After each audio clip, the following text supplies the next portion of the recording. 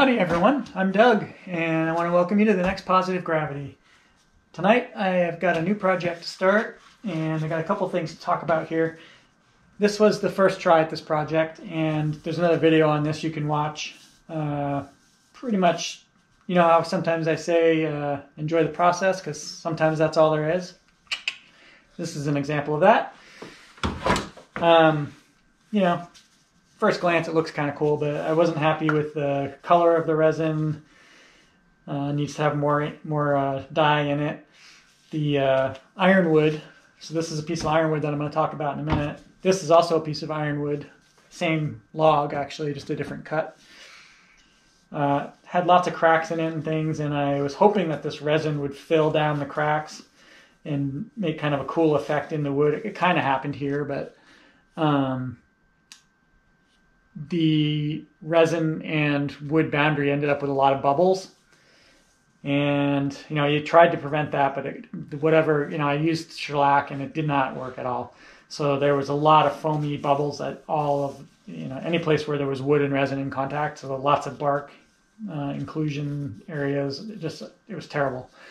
And since you can see through this resin, you can see all of that along the boundary here. So this is more or less trash.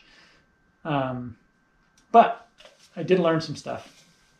So we're going to take that as a win from this and make a second try with this. So, like I said, on this one, I coated the wood with shellac, hoping that that would keep the bubbles at bay. It did not. So, good enough on that. This one, I stabilized it with cactus juice. So, I'm hopeful that now there will be no bubbles at all and it will be pristine. What else did I do here? I'm going to do a slightly different shape, but it's the same idea. I have a wedge-shaped piece of ironwood. I wasn't a big fan of this hard straight line through this piece, so it might look a little better if it's not as transparent and as much of a different color as the wood.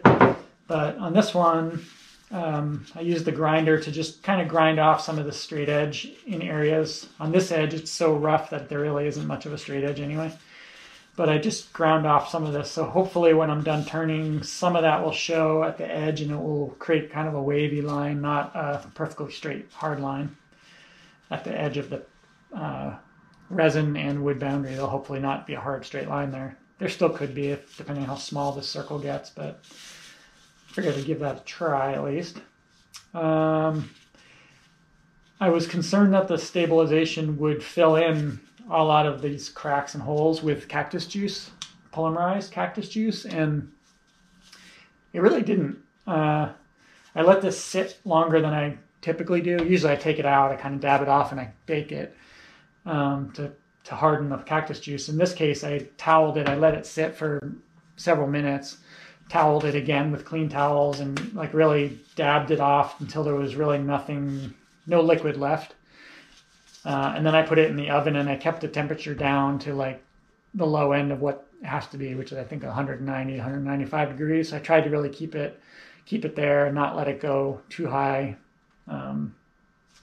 As these heat up and stabilization is occurring, you get some bleed out of the cactus juice out of the wood, and I was thinking that might fill in these cracks, which I want to fill with resin, not with cactus juice.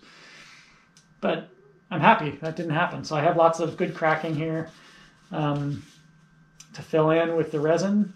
So I'm going to go ahead and do that. I'm going to use this piece of plywood as the bottom of the mold. I'm going to use this piece of cardboard with tape on it that I've used several times now to create the mold.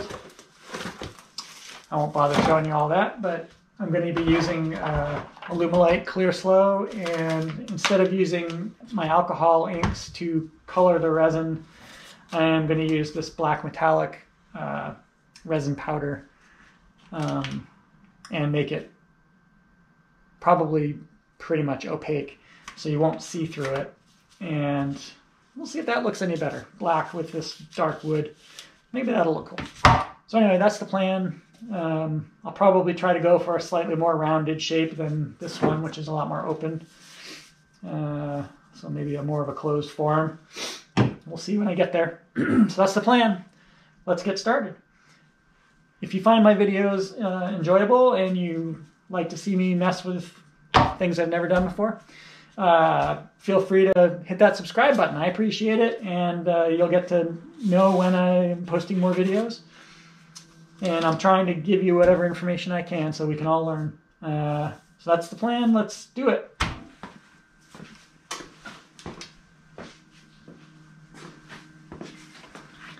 Even though I already said it, don't forget to always enjoy that process. Sometimes that's all there is. All right, everyone, I got this piece out of the pressure pot today. It was in there for about 24 hours. It usually only takes about 4 or 5. I just left it overnight at 55 psi, and I think we have success. So I put it on the lathe. I mounted this piece of waste block on here. I put it on the lathe and turned off the rest of the mold. You might remember there was a square piece on the bottom here. And I took the mold off. And I've turned the bottom half of it so I could see what kind of success we were having. And it looks like we have a really good success. So the stabilization seemed to work really well.